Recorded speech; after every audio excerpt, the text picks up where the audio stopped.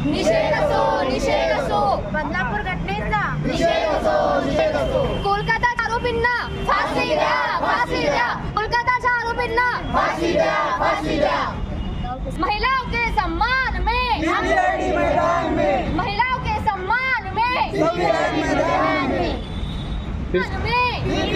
मैदान में, महिलाओं के सम्मान में, मैदान में, कोलकाताच्या आरोपींना फाशी द्या, फाशी द्या, कोलकाताच्या आरोपींना फाशी द्या, फाशी द्या. बदलापूर घटनेचा निषेध असो, निषेध असो, निषेध असो. बदलापूर घटनेचा निषेध असो, निषेध असो. संविधान चौक पर युवाओं का मेला, अपनी हक की लड़ाई के लिए कई संगठन में हुए शामिल, भारी संख्या समूह इकट्ठा हुए और नारेबाजी कर धरना आंदोलन किया। महिलाओं के प्रति व्यापक अन्याय और उत्पीड़न के खिलाफ सभी संगठन, पदाधिकारी, कार्यकर्ता, शुभचिंतक देश और प्रदेश में आदिवासी लड़कियों और नाबालिग दलित महिलाओं के खिलाफ बढ़ती यौन हिंसा के खिलाफ आक्रमण, युवा संघ, मूल निवासी छात्र संघ, अखिल भारतीय दलित पैंथर सेना, संविधान रक्षा समिति द्वारा महाराष्ट्र में माननीय प्रधान सचिव के आदेश पर छात्रों की सुरक्षा के लिए होमगार्ड बड़ी संख्या में रोजगार करने का आदेश दिया था गठबंधन सरकार की ओर से, लेकिन सरकार बदल जाने के बावजूद आदेश परिपत्र जारी कर दिया गया। भले ही बड़े पैमाने पर होमगार्ड जवानों की भर्ती हुई हो और बड़ी मात्रा में रोजगार मिला हो, महिलाओं और छात्रों के खिलाफ यौन हिंसा काफी हद तक कम हो जाएगी, लेकिन सरकार की लापरवाह उदासीनता के कारण उनकी नियुक्ति नहीं हो सकी और इसलिए महाराष्ट्र और अन्य क्षेत्रों में महिलाओं का बहुत शोषण हो रहा है। इस मुद्दे को जनता तक पहुंचाया गया। सामाजिक कार्यकर्ताओं को बड़ी मात्रा में जनजागरण करके सरकार की नीति का विरोध करना चाहिए और यह निर्णय तभी लागू करना चाहिए जब बढ़ते अपराध और बढ़ती यौन हिंसा को कम किया जा सके। इसलिए हमें अपनी मां बहन की सुरक्षा के लिए सड़कों पर उतरकर आंदोलन करने की जरूरत पड़ी। 6 सितंबर को अटवासू यूथ एसोसिएशन के माध्यम से संविधान चौक पर बड़े पैमाने पर धरना प्रदर्शन किया गया। राजश्री इंगले ने कहा कि हमें फास्ट ट्रैक कोर्ट नहीं चाहिए। जिस प्रकार से ममता जी ने 36 दिन में आरोपियों को सजा का बिल लाए है, उसी प्रकार हमारे यहाँ भी आना चाहिए।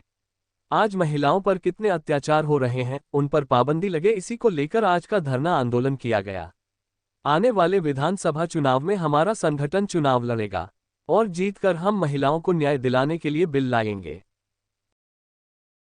महिलाओं के ऊपर जो पूरे भारत में और महाराष्ट्र में स्पेशली जो अत्याचार चल रहे हैं, जो उनकी खस्ता हालत की जा रही है, उसके विरोध में ये धरना आंदोलन था, जिसका अभी हम डेलीगेशन कलेक्टर को देके आए हैं। हमारी मांग है कि केवल फास्ट ट्रैक करके 2 सालों के लिए, 3 सालों के लिए मामला चलाने से ज़्यादा बेहतर है, जिस तरह ममता बनर्जी ने 30 दिनों में, 36 दिनों में ये जो है केस सॉल्व करके उस आरोपी को, अगर वो महिला उस बलात्कार के वक्त अगर उसका मृत्यु हो जाती है तो आरोपी को तुरंत फांसी दी जाएगी, तथा अगर उसकी मृत्यु नहीं होती है तो उसे आजीवन कारावास होगा। इस तरह का जो प्रावधान लाया गया, बिल लाया गया, इसी तरह की मांग हमारे महाराष्ट्र में भी होनी चाहिए और इसीलिए हम लोग ये महिलाओं के हित के लिए इस आंदोलन को समर्थन करने आए। महिला प्रतिनिधि होने के कारण, दक्षिण नागपुर पूर्व विधानसभा उम्मीदवार के कारण हम अपने महिलाओं की आवाज़ पूरे विधान भवन में उठाना चाहते हैं, पूरे संसद में उठाना चाहते हैं कि हमें केवल जो है आंदोलन और मोर्चा नहीं करना है, हमें हमारे उन महिलाओं को विधान भवन में भेज के उनके लिए बिल बनाना है, उन महिलाओं के लिए जो। नशीम आलम पीपुल्स ऑफ इंडिया पार्टी के कार्यकर्ता है और इनकी पार्टी भी इस आंदोलन में सक्रिय भूमिका निभा रही है।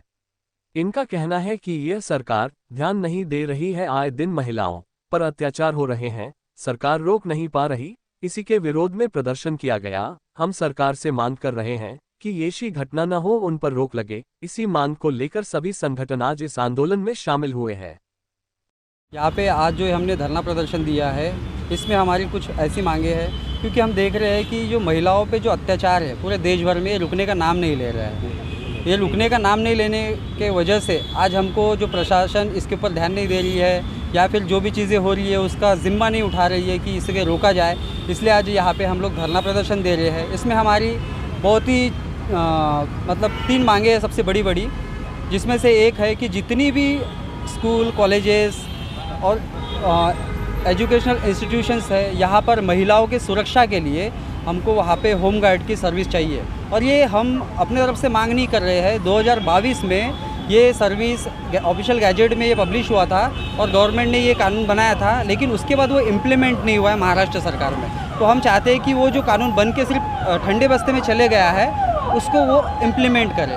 उसके बाद में हमारा ऐसा है कि हर स्कूलों में उनको सेल्फ डिफेंस सिखाया जाए। उसके बाद में जो बॉयज़ स्कूल है या फिर बॉयज़ को वहाँ पे एक ऐसी शिक्षा देनी चाहिए कि उनका मानसिक जो परिवर्तन हो और ये सब चीज़ों से वो उनको अवॉइड करें। ओपुल तामगाड़गे ने कहा कि बदलापुर जैसी घटना हमारे प्रदेश में हुई। सरकार क्या कर रही है?